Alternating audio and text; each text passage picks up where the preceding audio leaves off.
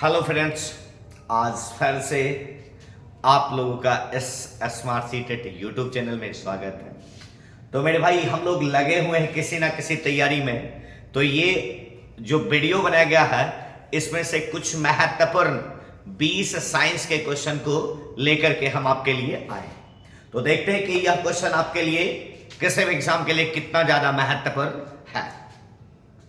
तो मेरे भाई, सबसे पहला क्वेश्चन कहता है कि निम्नलिखित में से कौन एक सपाट अस्थि है? क्या है बाबू? सपाट अस्थि है। तो कपाल की अस्थि को सपाट अस्थि कहते हैं, पसलियों की हड्डी को सपाट अस्थि कहते हैं। तो इसका आंसर मेरे दोस्त क्या हो जाएगा? पसलियां। विकल्प नंबर ए हम लोगों का आंसर हो जाएगा। क्लियर? आगे देखिए,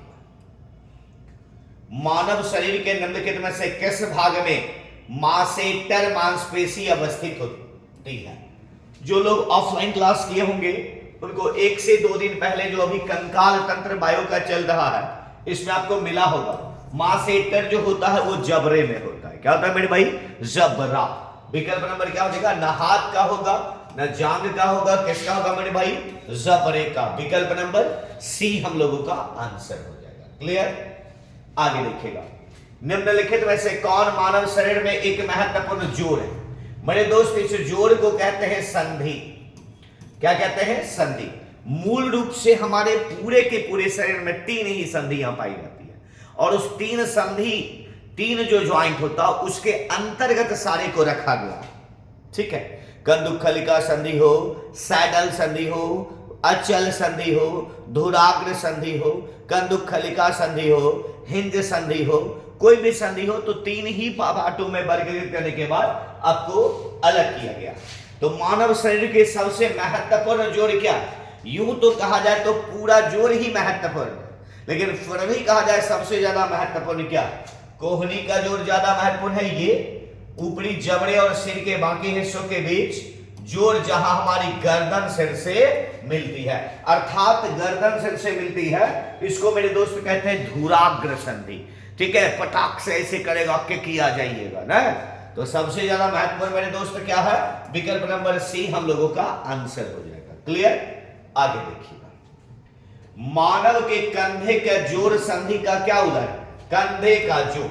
अब देखो, कंधे का जोड़ तो ये हुआ, तो इसका 2-3 गो नाम है।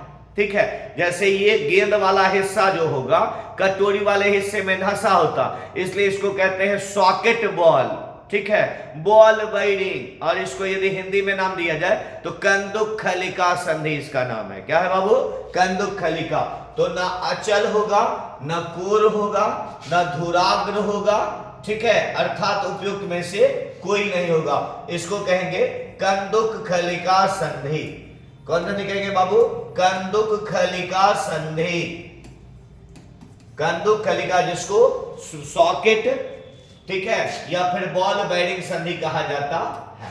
आगे देखिए, मनुष्य के हाथ में कुल कितनी हड्डियां होती है? अस्थियां होती है? तो मेरे दोस्त 17 होता है, 21 होता है, या फिर 27 होगा। इसका आंसर मेरे भाई क्या हो जाएगा? 27 आपका आंसर होगा। कुल कितना होता है? 27 आंसर होता है। ठीक है? चलिए जल्दी बताएगा मेरे भाई। कह रहा है कि चल जोड़ संधि में 2 अस्थियों के बीच पाए जाने वाले स्नेहक तरल को डैश कहा जाता है। मेरे दोस्त, इसमें एनियोटिक होगा, सेरेब्रोस्पाइनल होगा, इंटरस्टिशियल होगा। ठीक है? तो इसका मेरे दोस्त न ये होगा, न ये होगा, न ये होगा, अर्थात इसका आंसर ई होगा। इसका होगा साइनोवियल। क्या होगा मेरे भाई? साइनोवियल। मतलब क्या? ये जो ज्वाइंट होता है अस्थियों के बीच, जो उसके बीच स्नेहक, जैसे फिजिक्स में हम लोग पढ़े होंगे स्नेहक, घर्षण को कम करने वाले तेलिया पदार्थ को क्या कहते हैं? स्नेहक कहते हैं। उसी प्रकार से ज्वाइंट, हड्डी के बीच में भी वो तरल भाग होता है, उसको क्या कहते हैं बाबू? साइनोवियल कहते हैं। क्या कहते हैं? साइनोवियल। ठीक है? इस प्रश्न के लिए विकल्प हो जाएगा ई नंबर, कोई नहीं आपका आंसर। मानव शरीर में गतिविधि, क्या कह रहा है कि गतिविधि हाथ और आंख के समन्वय के लिए कौन सा अंग जिम्मेदार है? तो आप गतिविधि कर रहे हैं, हाथ को आंख को एक जगह समन्वय कर रहे हैं, इसके लिए सबसे बड़ा जिम्मेदार कौन होगा? तो हमारा कलेजा होना चाहिए, हमारा गुर्दा होना चाहिए, हमारा मस्तिष्क। तो मेरे दोस्त, आप यदि काम करते हैं तो आपकी एक्टिविटी जो होगी वो आपके मस्तिष्क के अनुरूप चलती है, तो इसलिए इसका आंसर मेरे भाई क्या हो जाएगा? मस्तिष्क। इसी के कारण हम समन्वय कर पाते हैं। क्लियर? आगे देखिएगा, निम्नलिखित में से कौन सी संयुक्त हड्डी केवल एक दिशा में मुड़ सकती है? देखो, संयुक्त हड्डी, ठीक है, इसको मेरे दोस्त संधि कहते हैं। क्या कहते हैं? संधि। अब संधि की विशेषता क्या कह रहा? कि जो वह संधि जो एक के दिशा में गमन करे, तो एक के दिशा में गमन करती है तो इसी को कहते हैं हिंज संधि या कब्जा संधि कहते हैं। ठीक है, तो अब देखते हैं, धुराग्र संधि, धुराग्र यहां पाया जाता है। ठीक है, प्रियान संधि, कब्जे वाली संधि। इसका आंसर मेरे दोस्त क्या हो जाएगा? कब्जे वाली संधि। विकल्प नंबर सी हम लोगों का आंसर होगा। क्लियर? आगे देखिएगा, टारसल हड्डियां शरीर के किस भाग में पाई जाती है? तो टारसल हड्डी जो पाई जाती है पैर, नीचे वाला पंजा वाला पार्ट जो होता है वो जो हम रखते हैं वहां पर पाया जाता है, अर्थात इसका आंसर क्या हो जाएगा मेरे भाई? पैर आपका आंसर हो जाएगा। क्लियर? देखिएगा, वह रेशेदार संयोजी उत्तक जो अस्थि को अस्थि से जोड़ता है। देखो, रेशेदार संयोजी उत्तक जो अस्थि को अस्थि से जोड़ने का काम करेगा उसे क्या कहते हैं? ठीक है, उसे मेरे दोस्त स्नायु कहते हैं। न सिरा कहेंगे न धमनी कहेंगे, उसे क्या कहेंगे मेरे भाई? स्नायु। विकल्प नंबर ए हम लोगों का आंसर होगा। क्लियर? आगे देखिएगा, निम्नलिखित में से कौन सा विकल्प हड्डियों की स्थिति के संबंध में सुमेलित नहीं है? क्या कह रहा है मेरे भाई? हड्डी की स्थिति के संबंध में कौन सा कथन गलत है? फ्रैक्चर, विभिन्न प्रकार की टूटी हुई हड्डियां। फ्रैक्चर, डॉक्टर के यहां जाते हैं तो वो कहता है कि टूटा हड्डी को फ्रैक्चर हो गया, तो ये तो बाबू सही है।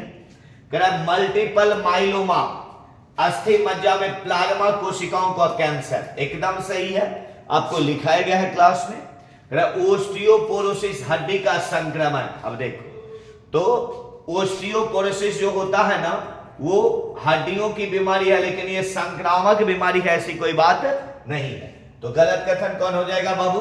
विकल्प नंबर सी हम लोगों का आंसर। क्लियर? आगे देखिए, निम्नलिखित में से कौन सी हड्डी मानव कान का भाग नहीं है? क्या कह रहा है बाबू? मानव कान का भाग कौन सी हड्डी नहीं होगा? तो हम लोग इसमें देख रहे हैं, ए नंबर में दिया है उर्वास्थि, बी में दिया है ककुद, सी में दिया है अस्थुल। अब देखो, कान की मूल रूप से तीन ही हड्डियां आधार प्रदान करती हैं। एक ककुद करता है, दूसरा अस्थुन करता है, और तीसरा जो होता है वो रकाब करता है। क्या करता है बाबू? रकाब। तो ये तीनों तो कान से संबंधित है, लेकिन उर्वास्थि जो होता है यह कान से संबंधित नहीं होते हैं। ठीक है, ये तीनों, आपको ये क्वेश्चन पूछा गया है कि आधार प्रदान कौन कौन सी हड्डी करती है, तो ककुल करेगा, अस्थुन करेगा और रकाब, ये तीनों का कान के आंतरिक भाग को आधार भी प्रदान करते हैं। ठीक है, तो इसका आंसर होगा उर्वास्थि। शरीर की सबसे मजबूत मांसपेशी, उसके वजन के आधार पर चवर्णिका पेशी, मासेटर मांसपेशी कहां स्थित होती है? तो ये मजबूत मांसपेशी जो होती है बाबू, ये होता है जबड़ा में। हम लोग बच्चे से पढ़ते आ रहे हैं, इसका आंसर क्या हो जाएगा मेरे भाई? जबड़ा। ए नंबर आपका आंसर। दांत की जड़ किस पदार्थ से आच्छादित होता है? डेंटिन से, पल्प से, सीमेंटम से। ठीक है, तो क्या हो जाएगा? सीमेंटम। विकल्प नंबर सी आपका आंसर। ठीक है, डेंटल डॉक्टर बनिएगा। ठीक है, तो आप जब दांत की जड़ को मजबूत जैसे उखाड़ा जाता है तो आप देखे होंगे कुछ भरा जाता है तो उसमें से इसका भी प्रयोग किया जाता है। ठीक है, आगे देखिएगा, मानव त्वचा की परतें कितनी होती है? तो मानव त्वचा की हाल फिलहाल में ऑफलाइन के क्लास में बताया गया कि 3 परतें पाई जाती है। कौन परत पाई जाती है बाबू? 3 परत। तो इसका आंसर क्या हो जाएगा? उपयुक्त में से कोई नहीं हम लोगों का आंसर हो जाएगा। क्लियर? आगे देखिएगा, कह रहे बाबू कार्यात्मक वर्गीकरण के आधार पर मानव शरीर में कितने प्रकार के संयुक्त जोड़ मौजूद है? अभी तुरंत हमने कुछ देर पहले संधि वाले बात में कहा था कि हमारे शरीर में जो ऐसे ज्वाइंट तो बहुत है संधि, लेकिन क्या कह रहा है कि वर्गीकरण के आधार पर तो मूल रूप से कितना हमने कहा था, 3 पार्ट कहा था। कितना कहा था मेरे भाई, 3। तो इसका विकल्प नंबर बी आपका आंसर हो जाएगा। क्लियर। त्वचा की सबसे बाहरी वाली परत को क्या कहते हैं, सब लोगों को पता होना चाहिए, जल्दी बताएगा। त्वचा की बाहरी परत को क्या कहते हैं या क्या होती है? इसका होगा उत्तक, डर्मिस, एपिडर्मिस। क्या होगा बाबू, एपिडर्मिस होगा। ए नंबर आपका आंसर होगा। हमारे चेहरे में कितनी हड्डियां हैं, टोटल कंकाल तंत्र में आपको लिखाया गया है। अभी 2 दिन में नहीं हुआ, आ गया चैप्टर खत्म हुआ। तो हमारे चेहरे में कितनी होती है बाबू, तो 14 हड्डी होता है। कितना हड्डी, 14। सी नंबर आंसर। माइटोकॉन्ड्रिया की खोज किसने किया, माइटोकॉन्ड्रिया की खोज किसने किया मेरे भाई, तो अल्टमैन ने किया। कौन किए, अल्टमैन। ए नंबर आपका आंसर होगा। चिकित्सा शास्त्र के जनक कौन है, जल्दी बताओ। चिकित्सा शास्त्र के जनक कौन है बाबू, तो हिपोक्रेटस है। कौन है, हिपोक्रेटस। विकल्प नंबर बी आपका आंसर। ठीक है, तो आज हम लोग इस वीडियो में इस 20 महत्वपूर्ण प्रश्न की बात किए हैं। ठीक है, तो फिर हम लोग मिलते हैं अगले वीडियो में। तो मेरे भाई जाते जाते, यदि आप नए हैं और आपको लग रहा है कि इस चैनल से कुछ फायदा मिलने वाला है, और यदि नहीं किए हैं तो इस चैनल को मेरे भाई सब्सक्राइब करें, लाइक करें, अपने दोस्तों में शेयर जबरदस्त करें। तो फिर मिलते हैं अगले क्लास में, तब तक के लिए धन्यवाद।